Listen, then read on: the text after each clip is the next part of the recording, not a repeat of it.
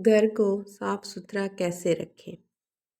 बेकार अशिया को संभालें मत।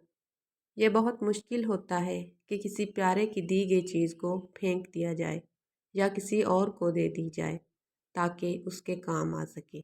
मगर जब तोहफे की ज़रूरत ना हो या इसे पसंद ना करते हों तो बगैर किसी अफसोस के इससे छुटकारा हासिल कर लें, क्योंकि हो सकता है कि कोई और इसको ज़्यादा बेहतर तरीके से इस्तेमाल कर सके। चीज़ों का ढेर ना लगने दें। अगर आप कपड़ों और दीगर अशिया का ढेर कुर्सी पर लगाने के आदी हैं तो अब इस आदत को बदलने के बारे में सोचें। हुक्स या रैक वगैरह की मदद से तमाम अशिया को दुरुस्त जगहों पर टांगा जा सकता है। अगर फिर भी लगता हो कि इतनी मेहनत करना नहीं चाहते तो मैले कपड़ों की टोकरी कुर्सी के पास ही रख दें ताकि वो जगह साफ नज़र आए। कागज़ात का ख्याल। कागज़ात बहुत आसानी से जमा हो जाते हैं, हालांकि मौजूदा अहद में बहुत कुछ ऑनलाइन ही हो जाता है।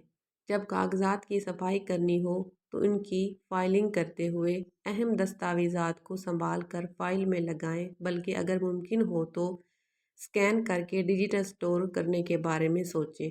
बाकी बेकार कागज़ात को फाड़ कर कचरे में डाल दें। पंखा साफ़ करने के लिए एक बाल्टी गर्म पानी लें, इसमें 4 चम्मच हाइड्रोक्साइड बाज़ार में आसानी से दस्तयाब है शामिल करें।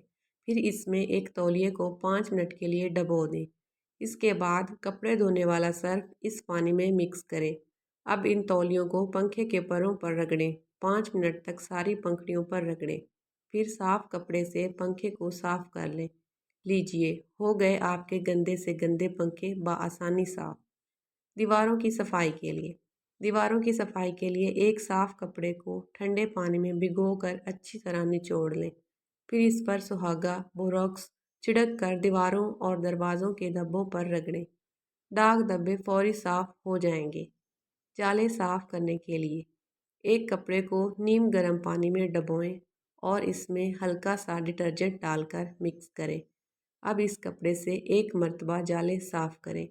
फिर एक बाल्टी में पानी डालें और साथ ही काला तेल डालकर हिलाएं। इसमें कपड़ा डुबोएं और दीवारों के कोने साफ कर लें।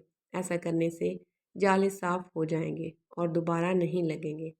कालीन साफ करने के लिए कालीन से निशानात साफ करने के लिए आध कप सिरके में 2 चाय के चम्मच नमक डाल लें और इस महलूल को निशानात वाली जगह डाल दें।